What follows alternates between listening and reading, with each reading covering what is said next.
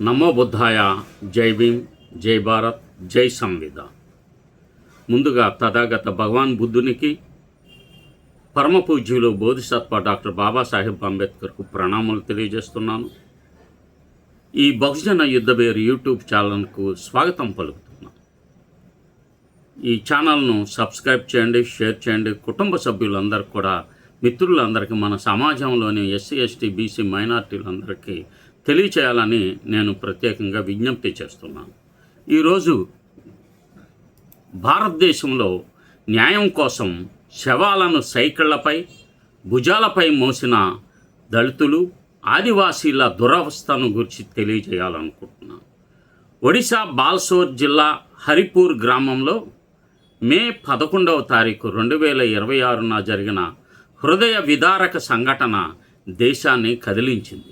దీర్ఘకాలిక భూ వివాదం కారణంగా జరిగిన హింసలో 39 ఏళ్ల కమలా సేతి అక్కడికక్కడే మరణించగా, ఆమె వదిన శకుంతలా సేతి తీవ్రంగా గాయపడింది.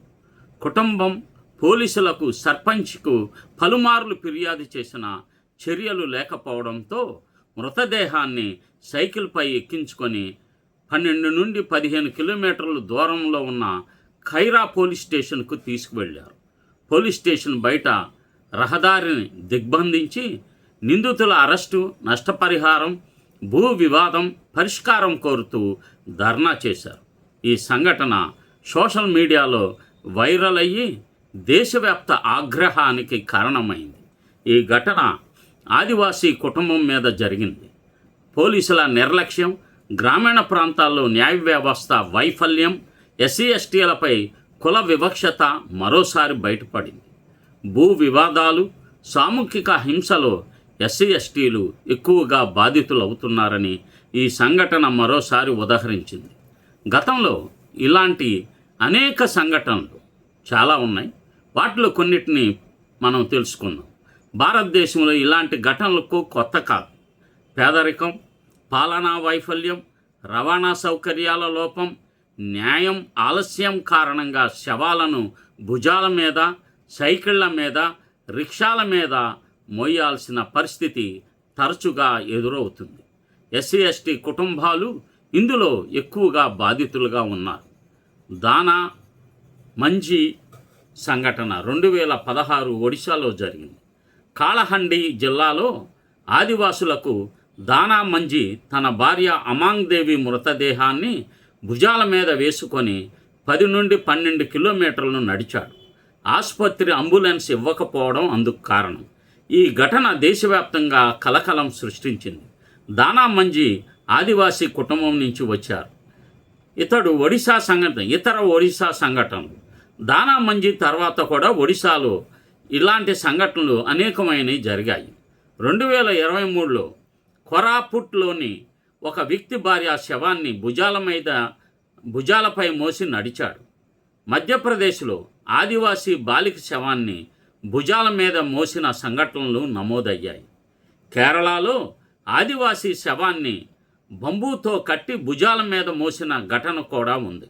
ఉత్తరప్రదేశ్, ఇతర రాష్ట్రాల్లో 2017లో యూపీలోని ఒక వ్యక్తి చనిపోయిన బిడ్డ శవాన్ని సైకిల్ మీద మోశాడు.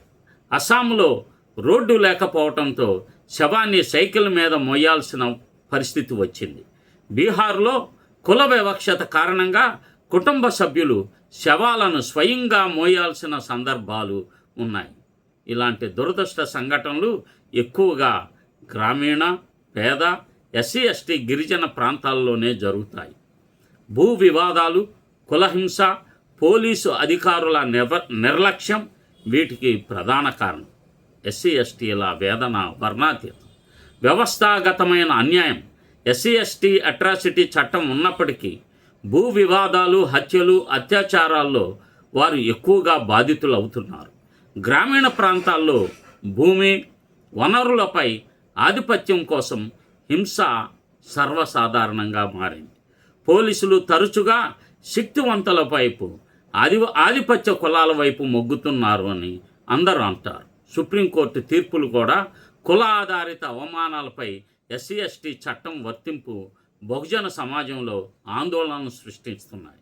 ఈ సంఘటనలు కేవలం రవాణా లోపం కాదు, న్యాయం లేకపోవడం, మానవ హక్కుల ఉల్లంఘన, ఆదివాసీలు, దళితులు ఆర్థికంగా వెనకబడి ఉండటం, సామాజిక వివక్ష, పాలన ఆలసత్వం వీటిని పెంచుతున్నాయి.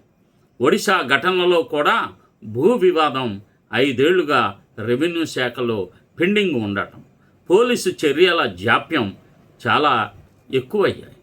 పరిష్కారాలు ఏమిటి? గ్రామీణ ఆరోగ్యం మరియు రవాణా. ప్రతి ఆసుపత్రిలో మృతదేహాల రవాణా కోసం వాహనాల సౌకర్యం ఉండాలి. పోలీసు సంస్కరణ, ఫిర్యాదులపైన తక్షణ చర్యలు, ఎస్సీ ఎస్టీ కేసుల్లో స్పెషల్ సెల్స్ బలోపేతం చేయాలి.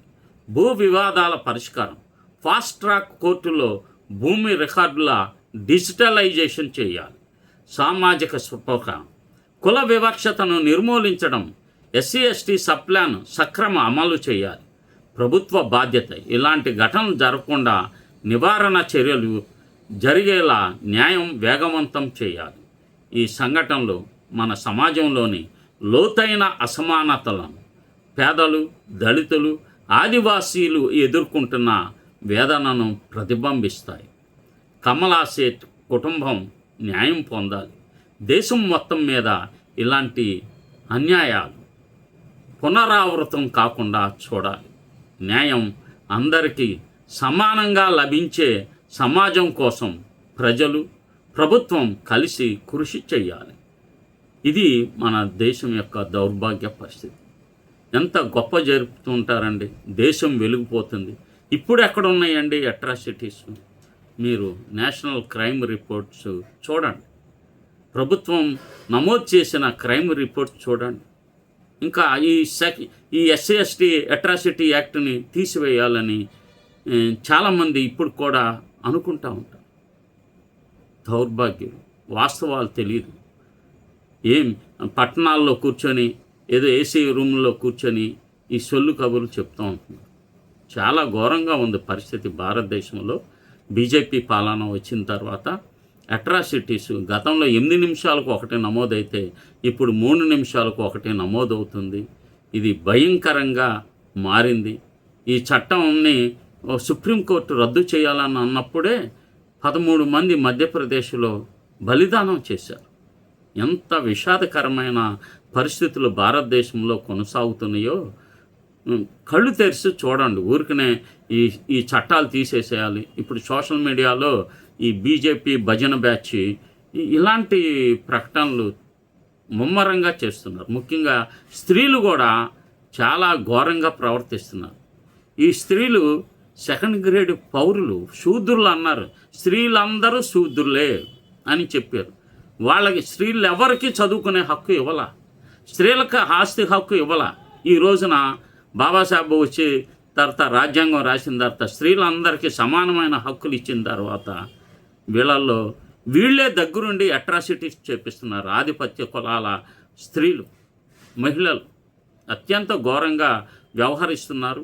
ఈ కుల వివక్షతను అనుసరించమని తమ కుటుంబంలోని సభ్యులకు నిరంతరం బోధించటం వలన ఒక తరం నుండి మరొక తరానికి ఈ మూఢనమ్మకాలు, ఈ అంటరానితనాన్ని కొనసాగించేటట్లు స్త్రీలు ముఖ్య పాత్ర పోషిస్తున్నారు.